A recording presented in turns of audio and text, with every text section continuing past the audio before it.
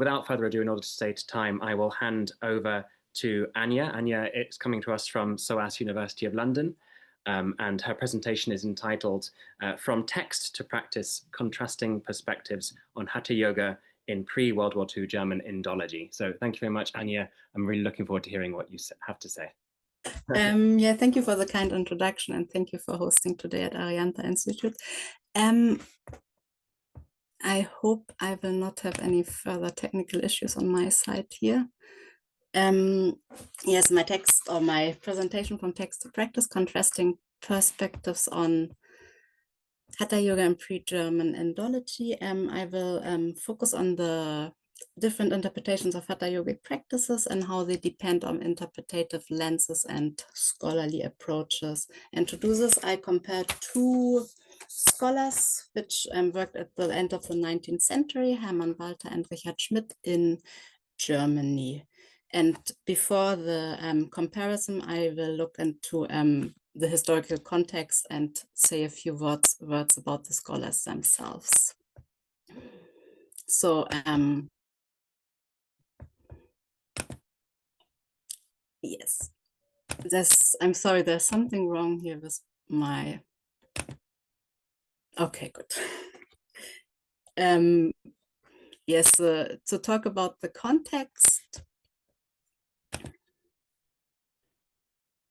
from the Indology arrived and came to be in Germany from the beginning of the 19th century onwards, and it was influenced by intellectual contexts such as Romanticism, Positivism, and Rationalism. Romanticism to establish a glorification of India, and Positivism to look into empirical data to analyze, and to rationalism mainly to understand certain principles as the truth, to say, okay, that is rational, for that we can't counter argue that. Furthermore, it was the time of the rise of philology, especially in Germany, and apart from textual scriptures, scholars also worked with ethnography and historical research. The yoga during that time was known through practitioners themselves, the same as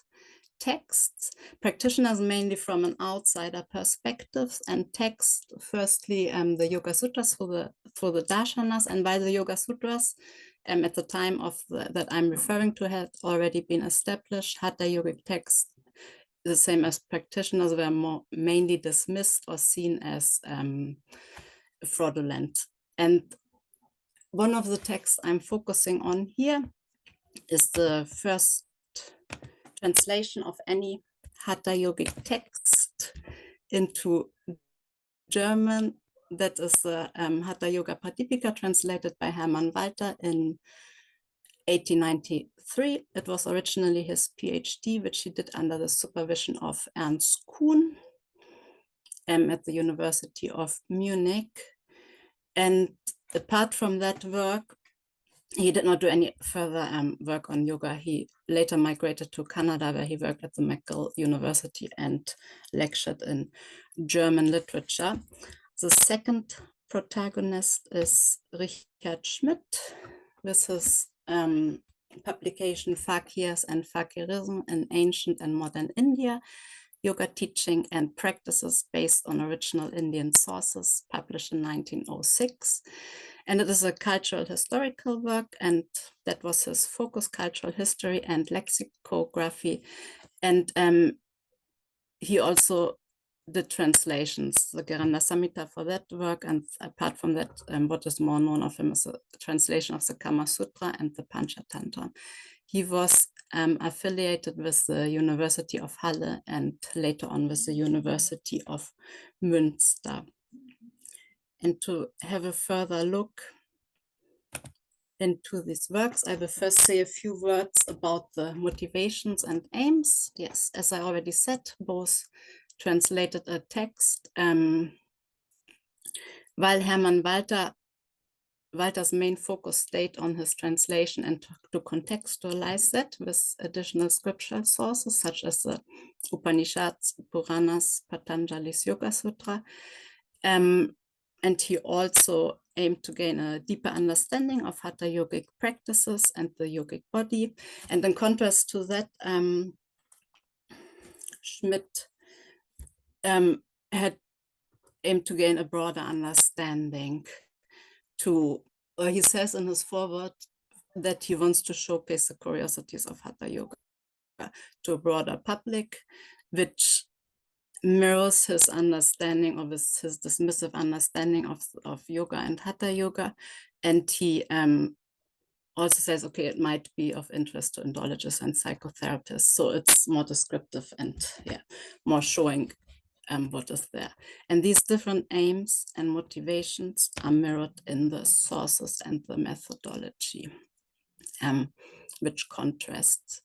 Walter almost only uses the scriptures to trace back concepts, to trace back terms over time.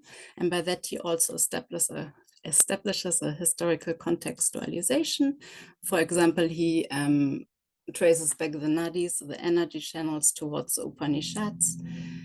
And apart from that, he uses anatomy, physiology, and psychology from European publications and Indian works to get a deeper understanding of the concepts. I will refer to that later on. Yes, Schmidt also contextualizes his interpretation of the Giranda Samhita, though that is a very small part of his publication. He works with travel logs, ethnographic accounts, experiential reports, and art historical illustrations.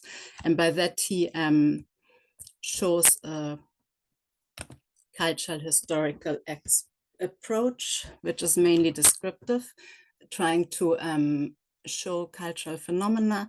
And in contrast to Walter, even though he does refer to different historical perspective, he is not that clear about it, as he mixes sources from his time with sources from 500 years ago.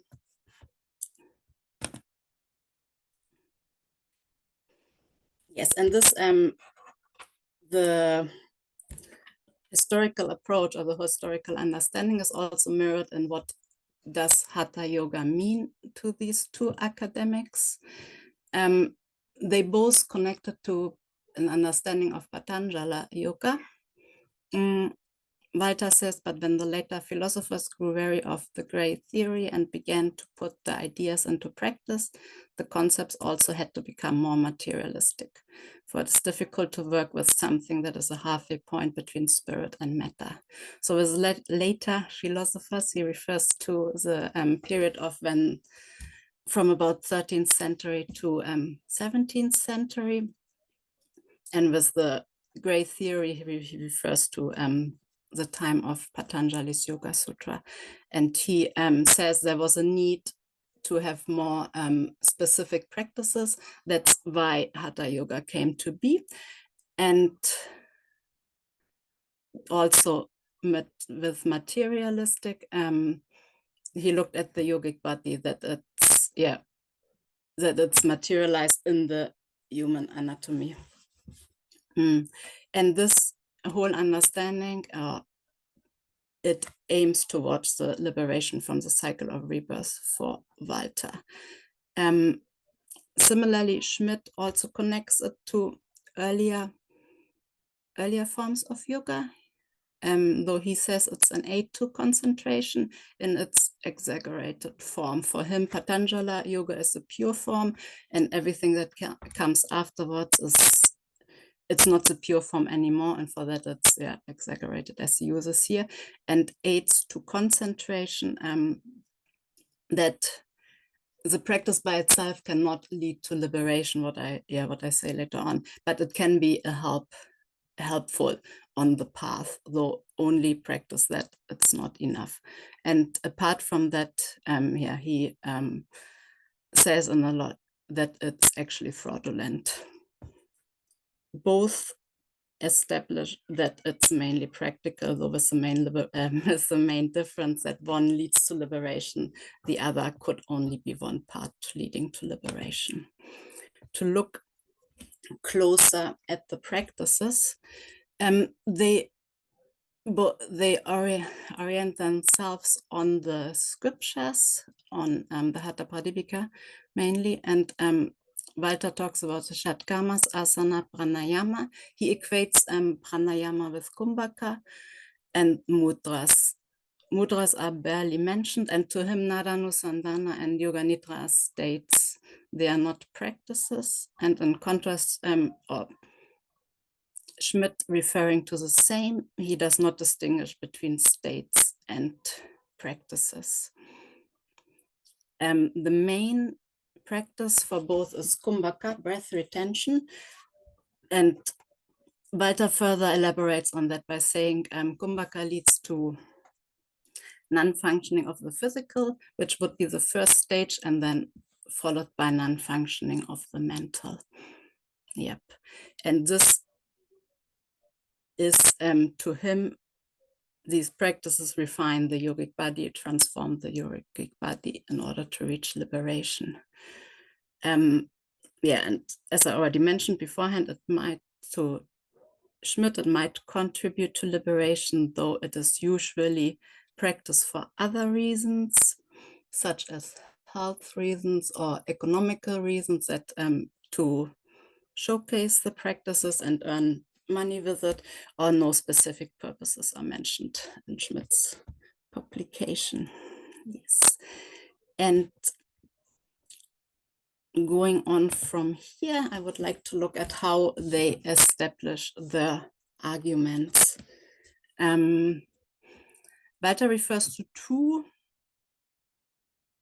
logical or two systems of knowledge. One is that he says there's the Indic system, which for him is the idea of liberation from the cycle of rebirth, and the other one is the inherent logic of Western science. I summarized it here. Western science he refers to anatomy, psychology, and physiology with, and to him everything that can be part or can help a practitioner to reach liberation, to him that is valuable. So he says, okay, asanas and prāṇāyāma help the practitioner to stay healthy, to take care, and for that healthy is necessary for the practice itself, and for that it is valuable on the path of liberation. And in contrast, he says the magical powers, they are not valuable on the path of liberation, so he dismisses them, and they're also not not inherent in the logic of the Western science. And another way he combines these two knowledge systems is in understanding the yogic body. He often states that from a 19th century perspective, we have a different knowledge about the anatomy of the yogic body, but like the nadis, the energy channels could be understood as veins and arteries, and that's why it might be that in the 15th centuries, people have identified them as such.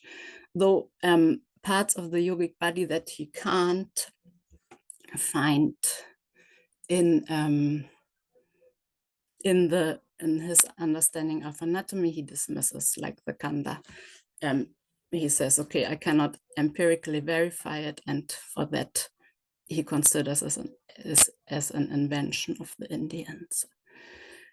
And in contrast to that, Schmidt rarely bases his analysis on Indian logic. He usually refers to third-party perspectives and stays in very descriptive and questioning the sources. One example for that is Yoga Nidra, or the yogic sleep. He has one chapter where he combines different descriptions of how Yoga Nidra could be done. He usually understands this as, I will start again. He doesn't dismiss the idea that it is a certain state of consciousness. Instead, he looks at, okay, how can the practitioner lower the heart rate and the breathing in order to reach a state in which there's no measurable heart rate and breathing. And for that, he has different explanations, like hypnosis, which is the example I give here, and the other one is hibernation. Yep. And yeah, by that he dismisses the practices. To look at, from a broader perspective, even though there's some similarities, such as Kumbhaka as the main practice, and both focus on the translation of a text, they reach very different conclusions. And Walter affirms that there is an inherent logic in the Indic system, and for that he does validate it, while Schmidt dismisses that. And I think that can be partly explained by the approaches they use and by the personal motivation. I mentioned in the beginning that Schmidt is very questions yoga and Haṭhayoga.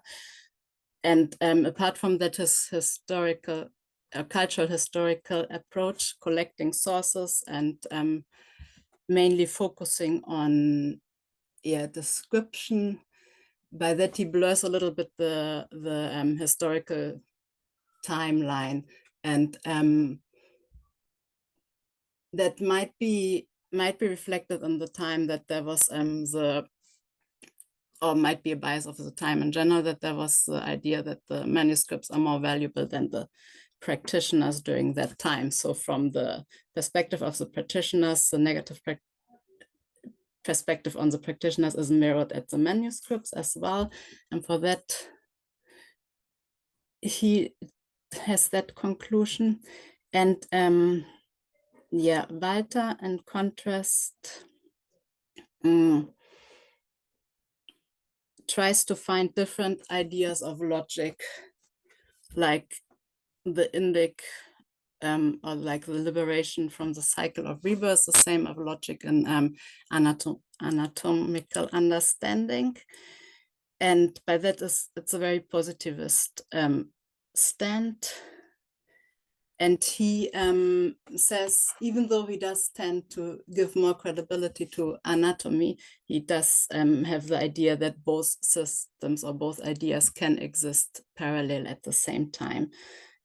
And that this shows an underlying key tensions, how to approach sources from a competitive stance, like one can be better, more true than the other. One can be subordinate or made subordinate to the other, or they can exist plural ideas which might be contradictory from one perspective, but plurality can exist. Yes. And what was important for me